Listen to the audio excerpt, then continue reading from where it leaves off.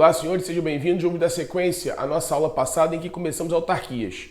Vimos que autarquias são pessoas jurídicas de direito público criadas por lei para o desempenho de funções típicas de Estado. Ainda não vimos o que são funções típicas de Estado, veremos daqui a pouco. Mas começamos a falar sobre as prerrogativas das autarquias.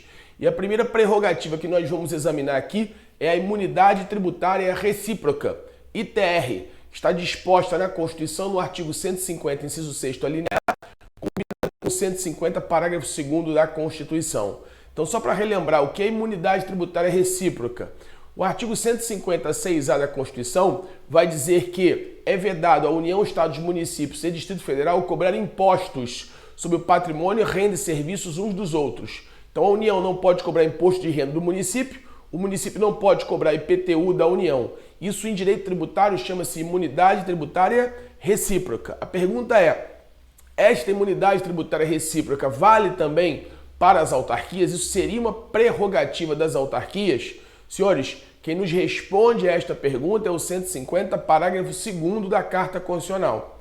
Se você abrir aí a Constituição no 150, parágrafo 2º, você vai ver que a Constituição fala em imunidade tributária recíproca para as autarquias e para as fundações públicas. Então, se numa prova de delegado ele te perguntar, candidato, uma autarquia, a UFRJ, por exemplo, uma fundação autárquica, ou autarquia fundacional, o prédio da UFRJ no município do Rio de Janeiro vai pagar IPTU? Não, porque goza de imunidade tributária recíproca. Os carros do Banco Central, que é uma autarquia, vão pagar IPVA para o estado nos quais forem emplacados? Também não, porque goza de imunidade tributária recíproca. Então, com fundamento no 150, parágrafo 2º da Constituição, não incidem tributos sobre patrimônio, renda e serviços das autarquias. Agora, repare bem, uma primeira observação aqui. A imunidade tributária recíproca, em que pese o nome técnico na doutrina, ela não recai sobre tributo, porque a gente sabe que tributo no direito tributário é gênero, que comporta impostos, taxas, contribuição de melhoria pela teoria tripartida do tributo. Então, a Constituição no 150, parágrafo 2º, 156A, não fala de tributo, fala de impostos. Então, são impostos sobre patrimônio, renda e serviços. Nesta linha de raciocínio, uma autarquia vai, por exemplo, pagar taxa.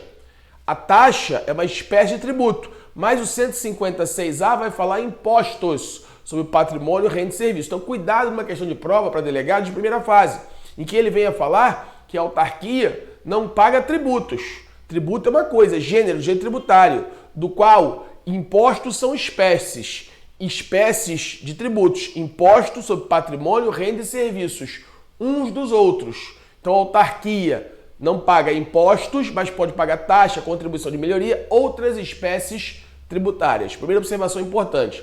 Segunda observação, essa imunidade tributária recíproca, ela é plena ou ela é condicionada ao exercício de sua atividade fim? Então, puxe aí no seu caderno uma segunda observação. A imunidade tributária recíproca das autarquias, ela é plena ou condicionada ao desempenho e exercício das suas atividades fins? Aqui, senhores, nós temos duas correntes. Então, vê se percebe aqui, ó, do lado. Primeira corrente, professor José dos Santos Carvalho Filho. Já adianto que essa primeira corrente é minoritária. O Carvalhinho vai dizer que a imunidade tributária recíproca é condicionada ao exercício da atividade fim.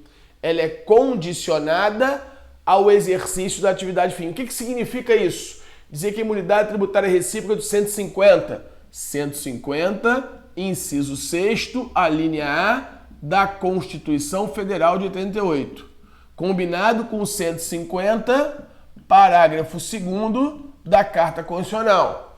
Ora, imunidade tributária recíproca por quê, senhores? Melhor, desculpe, condicionada por quê? Porque o Carvalhinho vai dizer que se uma autarquia estiver desempenhando atividade meio, não gozaria de imunidade tributária recíproca. Eu gosto de citar um exemplo da UERJ, Universidade Estadual do Rio de Janeiro. A UERJ aqui no Rio de Janeiro, Universidade Estadual do Rio de Janeiro, tem natureza jurídica de fundação autárquica. E quem conhece aqui o Rio de Janeiro sabe que a UERJ fica em frente ao estádio do Maracanã. E em dia de jogos de futebol no Maracanã, a UERJ abre o seu estacionamento para alugar vagas de garagem para torcedores que vão para o Maracanã. A pergunta é, nessa situação, a UERJ deveria pagar ISS, Imposto sobre Serviços? Porque lá no 156 a imunidade é sobre patrimônio, renda e serviços. Então, neste caso, a UERJ deveria pagar ISS? Ora, para o Carvalhinho, sim. Por quê? Por essa tese da imunidade condicionada ao exercício da atividade fim, quando a UERJ, que é a universidade pública, abre o seu pátio para alugar vagas de garagem para torcedores que vão ao jogo, ela está desvirtuando a sua atividade fim. Ela está desempenhando uma atividade meio.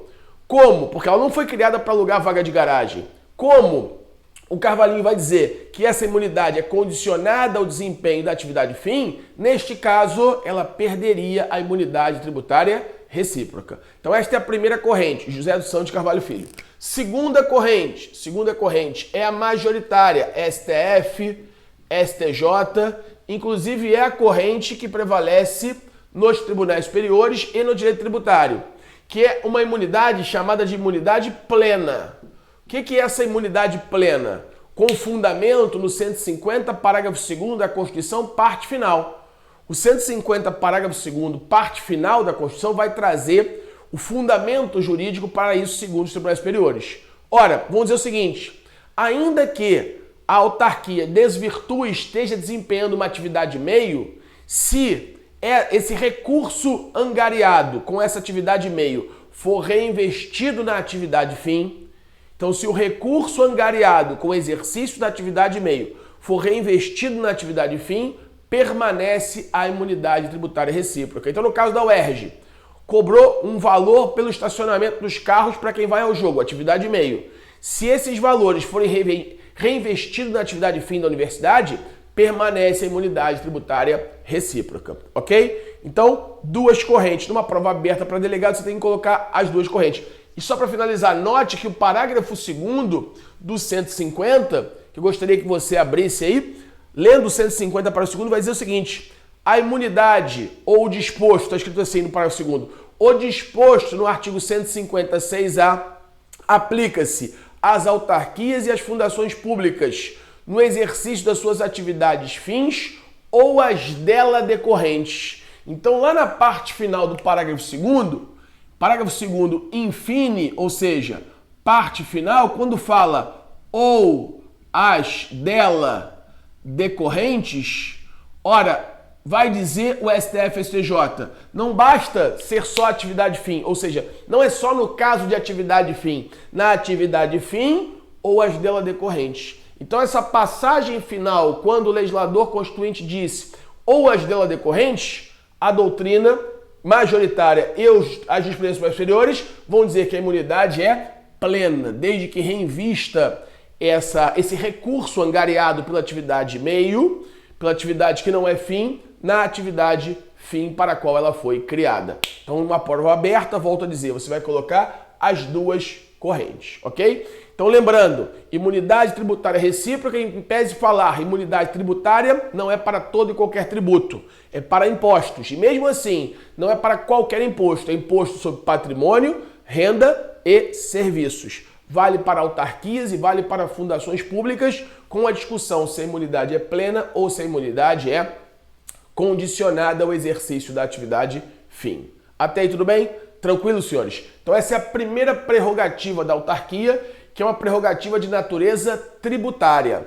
Segunda prerrogativa das autarquias, prerrogativa de natureza patrimonial. Aqui vai se discutir qual é a natureza jurídica do patrimônio de uma autarquia. Para isso, nós temos o artigo 99, inciso 2º do Código Civil. O artigo 99, inciso 2º do Código Civil vai dizer que os bens das autarquias são bens públicos. Que os bens das autarquias são bens públicos. E sendo bens públicos, são inalienáveis, ou melhor, são impenhoráveis, imprescritíveis e sua alienação é condicionada ao cumprimento dos requisitos legais. Então são bens impenhoráveis, imprescritíveis e a sua alienação é condicionada ao desempenho e cumprimento de determinados requisitos legais. Alguns livros, dizem que o bem público é inalienável. Isso está errado, senhores. O bem público é alienável. Se você ler o artigo 17 da 8666 de 93, você vai ver que eu posso alienar bem público.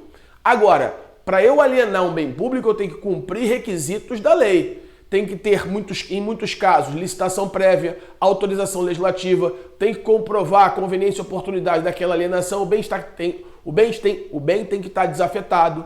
Ou seja, os bens públicos, melhor é dizer que o bem público é alienável, mas a sua alienação é condicionada ao exercício, é condicionada ao cumprimento dos requisitos legais.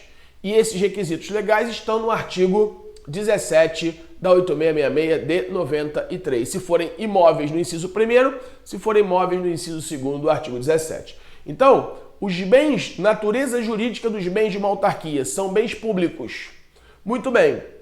Esses bens públicos, pegando aqui, eles são inalienáveis, são imprescritíveis. Ora, essa prescrição, senhores, a qual estamos fazendo alusão, é a chamada prescrição aquisitiva. A prescrição aquisitiva no direito civil é a uso capião. Então você sabe que a uso capião é uma forma originária de aquisição da propriedade. Ora, quando eu adquiro a propriedade pela uso capião, eu vou adquirir essa propriedade de forma originária, desembaraçada, sem nenhum outro vínculo jurídico pretérito, que vai se resolver na ação de desapropriação, que vai se resolver, melhor dizendo, naquela hipótese de uso capião. Então, note, a pergunta que vai surgir em prova é: sendo o bem de uma autarquia um bem público, ele pode ser usucapido? Ele vai te perguntar numa prova para delegado, o camarada ficou lá num bem que pertence ao FRJ, que no Rio de Janeiro havia uma casa de show antiga chamada Canecão. Quem é mais antigo que está assistindo é do Rio de Janeiro vai saber o que eu estou falando. Mas se você não é do Rio de Janeiro e está assistindo, deve ter bastante gente, né? Você vai saber, eu quero te dizer que o Canecão era uma casa de show que ficava num terreno, anos 80, anos 90, início dos anos 2000, ficava num terreno pertencente ao FRJ, Universidade Federal do Estado do Rio de Janeiro, que, como eu já disse, é uma fundação autárquica. Então imagine que aquele terreno pertencente ao FRJ, o Canecão, a pessoa jurídica por trás do Canecão, alegasse que usucapiu, porque ficou no terreno por 50 anos. Teria adquirido a propriedade de forma originária pela uso capião? E aí, senhores, para responder essa pergunta, nós temos de ir ao artigo 191, parágrafo único da Constituição Federal de 88. Então, artigo 191, parágrafo único da CF de 88. Por que 191? Porque o 191 vai dizer, abra aí na sua casa, onde você quer que você esteja estudando. 191 vai dizer que não cabe uso capião de bem público. Repetindo, não cabe uso capião de bem público. Então, numa prova para delegado de primeira fase, se vier uma questão dessa envolvendo o bem de uma autarquia, o bem de uma fundação pública ou até mesmo um bem da União, dos estados e municípios do DF, que são bens públicos, você vai dizer, olha, não pode adquirir a propriedade porque é uma vedação constitucional de uso capir, de aquisição originária da propriedade por meio da uso capião. Não cabe uso capião de bem público. Ou seja, uma análise intimamente literal da norma constitucional. Primeira fase. Essa é a posição majoritária. E aí, se você for enfrentar alguns concursos para delegado, como é o caso de delegado do Rio de Janeiro, você vai ver que é uma tendência, assim foi em 2009, assim foi em 2012, assim está sendo em 2020, possivelmente 2021. Ou seja, quando houver concurso para delegado, ele vai colocar lá, normalmente, procurador do Estado na banca. No próximo concurso de delegado, vai ter lá um procurador do Estado em constitucional. Então, os procuradores do Estado, por óbvio, vão seguir essa tese, porque defendem os interesses do Estado. Se você tem a posse direta de um bem público, ainda que esse bem, você esteja usucapindo, e ao final você vier alegar que adquiriu a propriedade, uma ação judicial de usucapião, alegando que você adquiriu a propriedade porque usucapiu faticamente por 50 anos, o procurador do Estado na contestação vai dizer, amigo, 191 da Constituição não cabe usucapião de bem público. Ou seja, você está argumentando algo que juridicamente não pode prosperar. Então, lógico que os advogados públicos vão sustentar a tese da impossibilidade. E essa é a corrente majoritária nos tribunais superiores, é a corrente majoritária na doutrina. Agora, não podemos deixar de lado e abandonar e passar sem citar uma segunda corrente. Segunda corrente minoritária, que no Brasil é defendida, dentre outros, citada, dentre outros, pelo professor Nelson Rosenwald e Cristiano Chaves, no livro que eles têm de Direito Civil. Esses autores vão dizer o seguinte, olha, eu tenho de fazer aqui uma diferenciação entre bem formalmente público e bem materialmente público. Então o bem público ele pode ser classificado em bem formalmente público e materialmente público. O que seria um bem formalmente público? É aquele bem que na forma é público, ou seja, ele pertence formalmente à União, ao Estado, ao município, ao Distrito Federal. É um bem que pertence, ou seja, na forma, nas suas formalidades aquisitivas da propriedade, formalmente, ele pertence ao ente federativo. O ente federativo comprou um bem.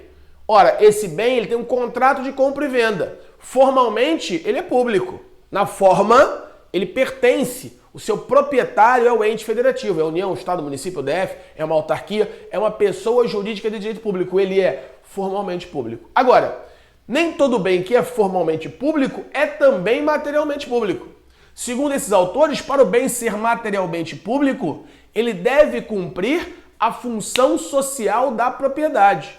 Sabemos que o direito à propriedade é um direito individual, plasmado no artigo 5º caput da Constituição.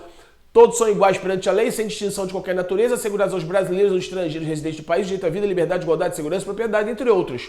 Estou lendo com você o artigo 5º caput da Constituição. Então, o direito à propriedade, sabemos que é um direito individual plasmado no texto constitucional no artigo 5º caput. Só que sabemos também, pelo estudo de direito constitucional, que os direitos individuais não são absolutos. Eles são relativos. Qualquer livro de constitucional que você pegue aí, do melhor ao pior, características dos direitos individuais, relatividade. Eles não são absolutos. Se o maior dos direitos, que é a vida, não é absoluto, quanto mais a direito da propriedade. E aí o artigo 5º, inciso 22 da Constituição, assegura o direito à propriedade. Mas no inciso 23, 24, ele vai mitigar essa característica da propriedade não ser absoluto, ser relativo. Então vai dizer a Constituição, no artigo 5º, 22, 23, que a propriedade deve cumprir a sua função social. Função social da propriedade. E essa norma tem como destinatário todos aqueles que forem proprietários, inclusive o poder público. Então o poder público, na condição de proprietário, porque proprietário posso ser eu, pode ser você, porque temos personalidade jurídica própria, somos sujeitos de direitos e obrigações na ordem civil e podemos adquirir patrimônio. Quando adquirimos o nosso patrimônio tem que cumprir a função social da propriedade.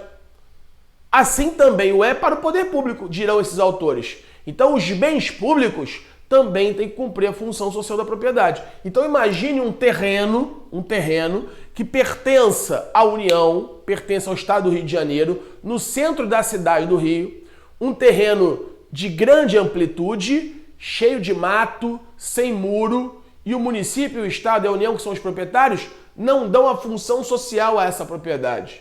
Ou seja, esse é um bem formalmente público, mas não é materialmente público, porque não está cumprindo a função social da propriedade. Esses autores vão dizer que se alguém fica num bem público que seja só formalmente público, não seja materialmente público, não dando àquele bem a propriedade do município, do Estado e da União, mas se o ente federativo abandonou o bem, não dando àquele bem a sua função social da propriedade, neste caso, caberia a uso capião de bem público, considerando que a norma constitucional, interpretação conforme a Constituição, 191, parágrafo único, não pode ser interpretada isoladamente. A interpretação literal nem sempre é aquela que vai nos levar ao sentido da norma, podendo inclusive nos levar a equívocos interpretativos.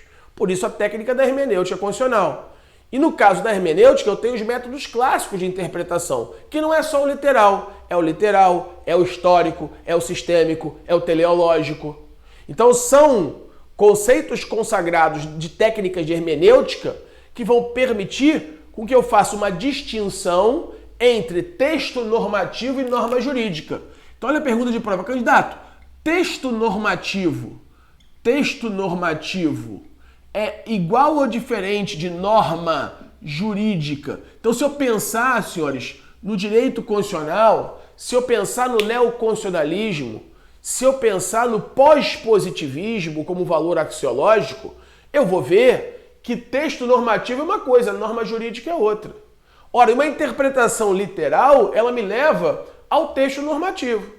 E dizer que o artigo 191, parágrafo 1 da Constituição, diz que não cabe uso capião de bem público, é me valer apenas de uma técnica interpretativa, que é a interpretação literal, que na verdade está me levando, nesse caso, ao texto normativo. Ora, quando eu pego o texto, o que é o texto normativo? Um conjunto de palavras que vão compor aquela redação legal. Então, o texto da norma, conjunto de palavras que me levam àquela redação legal. Qual é o conjunto de palavras que me levam àquela relação legal nesse caso? Bem público não cabe uso capião de bem público. Só que na mesma medida que tem uma norma na Constituição que diz que não cabe uso capião de bem público, tem uma norma lá no artigo 5º, inciso 22, que diz que o direito da propriedade, 22 e 23 do artigo 5º, incisos, que diz que o direito da propriedade não é absoluto. Que diz que o direito da propriedade deve cumprir a sua função social. Então a interpretação não pode ser apenas aquela trazida por um conjunto de palavras. Eu tenho que fazer uma interpretação sistemática da Constituição. E quando eu pego vários artigos de lei e vou conjugá-los para tirar uma conclusão acerca deles, eu não estou falando do texto normativo, eu estou falando da norma jurídica. Então a norma jurídica é o comando que se extrai da regra interpretativa. Então eu vou usar técnicas de interpretação, técnicas de hermenêutica, para tirar uma regra. Essa regra, retirada da interpretação de um conjunto de textos normativos, vai me dar a norma jurídica. Então, nesse caso, eu estou pegando dois textos normativos, o do 191, parágrafo único, e o do 5º, 22, combinado com 23. Estou pegando três textos normativos e tirando uma norma jurídica. Que norma jurídica seria essa? Ora, o bem público é inusucapível, eu não posso usucapir bem público desde que este seja formal e materialmente público. Isso não está escrito diretamente, mas eu chego a esta norma jurídica por uma ginástica interpretativa, pegando três textos normativos. Então, dentro do pós-positivismo jurídico, no neoconstitucionalismo, eu aprendo que eu tenho regras de interpretação e que texto normativo não se confunde com norma jurídica, porque nem sempre o legislador positivo vai conseguir exaurir todas as situações fáticas que podem permear a vida em sociedade. Por vezes, cabe ao intérprete fazer ilações a partir de textos normativos para criar normas jurídicas. Imagine o seguinte, imagine que eu tenha, é o exemplo que o professor Fred Didier dá no livro dele, imagine que eu tenha dentro de um ônibus, dentro de uma casa, tem assim, é proibida a entrada de animais, é proibida a entrada de cachorro, melhor dizendo. Então, essa é a regra, esse é o texto normativo, é proibida a entrada de cachorro. Aí chega uma senhora com um cão-guia. A pergunta é, ela entra ou ela não entra? Ora, se eu for levar em consideração só o texto normativo, ela não vai entrar. Ela é cega, deficiente visual, está com um cão-guia. E no ônibus está escrito, não pode entrar cachorro. Ela não vai entrar, porque eu estou levando apenas em consideração o texto normativo. Mas se eu levar em consideração a norma jurídica, que é a interpretação que se extrai do texto normativo, ela vai entrar. Porque a natureza jurídica do cão-guia é de olho. A natureza jurídica do cão-guia é de olho. Então eu poderia virar para você assim, olha meu filho, você entra no ônibus, mas seu olho fica de fora. Não tem como. Então, interpretando aquela norma, aquele texto normativo, eu chego a norma jurídica dizendo é proibida a entrada de cão, salvo o cão-guia. Salvo o cão-guia não está escrito. Mas isso é a norma jurídica, não é o texto normativo. Nesta mesma linha de raciocínio, eu poderia pensar assim, é proibida a entrada de cães. É proibida a entrada de cães num estabelecimento qualquer, numa repartição pública. Aí o camarada chega com um leão. Aí o camarada chega com um hipopótamo. Ele vai poder entrar com o hipopótamo? Pelo texto normativo vai. Pelo texto normativo não pode entrar cão, mas hipopótamo pode. Isso é uma ilação olhando o texto normativo. Mas se eu perceber que um animal de grande porte vai incomodar aquelas pessoas, gerando constrangimento e possivelmente medo, e mais do que isso, vai atrapalhar a prestação do serviço, não vai entrar nem cão, nem hipopótamo. Mas não está escrito que não pode entrar hipopótamo, está escrito que não pode entrar cão. Mas quando eu olho a norma jurídica, eu vejo que essa não é igual ao texto normativo. Então, senhores, se você não tem esse conhecimento, que não é um conhecimento administrativo, tá? Esse conhecimento é de direito constitucional. Aqui onde é que você estuda isso? Essa diferença. Essa diferença você vai estudar no neoconstitucionalismo. Você vai estudar na valoração axiológica do direito apresentada a partir do pós-positivismo jurídico. Aqui eu estou falando de pós-positivismo, não estou falando de positivismo jurídico. Então, você tem que parar essa aula, ou então, depois dessa aula, em algum momento, buscar um livro de constitucional. Indico o professor Bernardo Gonçalves, né? Que é professor da UFMG, também amigo, e não estou indicando porque é amigo, tem um monte de amigo que eu não indico, porque confio no trabalho dele. Tem o Pedro Lenza, que para delegado vai bem. Então, você tem que pegar um bom módulo de constitucional, seja do Bernardo Gonçalves, Rodrigo Brandão, que é também um excelente módulo de constitucional, seja lá onde for, você tem que aprender isso, tem que ter isso na massa do seu sangue. Porque não adianta você vir aqui fazer um módulo aprofundado administrativo se você não tem base em constitucional. Então, eu preciso que você tenha base em constitucional para que possa aliar esses conhecimentos, administrativos que eu estou trazendo, e você possa fazer uma prova verticalizada em administrativo e em constitucional. Porque não adianta eu te dar base em administrativo e aprofundar se você não vai acompanhar porque você não tem o constitucional. Para poder te resguardar, para poder te auxiliar, para poder te dar munição para você poder trocar esse tiro com a banca, né? Numa análise mais verticalizada da matéria. Então, voltando para cá. Ora, o que esses autores vão dizer? Uma coisa é a norma jurídica. Quando eu olho 191, parágrafo único da Constituição, eu estou falando do texto normativo. Mas a norma jurídica vai dizer: não cabe usucapião de bem público se este bem público for formal e materialmente constitucional. Porque se o bem público, ainda que pertença ao ente federativo, não estiver cumprindo a função social da propriedade, quem está descumprindo a própria Constituição é o poder constituído. É a União, é o Estado, é o município, é o Distrito Federal, que são poderes constituídos, são entes públicos, pessoas jurídicas constituídas pela Constituição. A União não é poder constituinte, o Estado não é poder constituinte.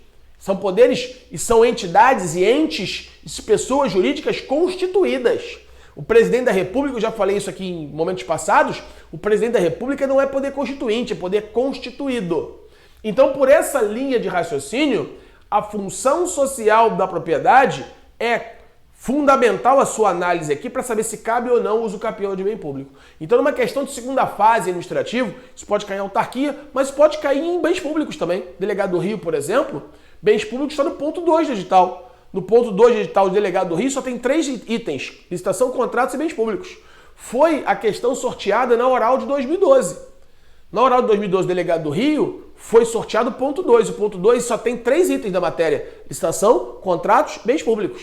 Então a chance de cair uma questão de bem público é grande. E aí numa questão de 70 linhas discursivas, se ele fala que você tem que dissertar sobre bens públicos, um dos itens é a natureza jurídica.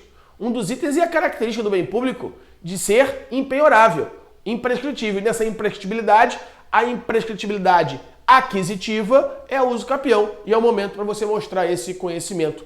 Não só com base na lei, mas também com base na doutrina, corrente majoritária, corrente minoritária. Então, senhores, terminei essa segunda prerrogativa da autarquia e no próximo bloco eu falarei da próxima, que é de natureza processual. Aguardo os senhores lá. Um abraço.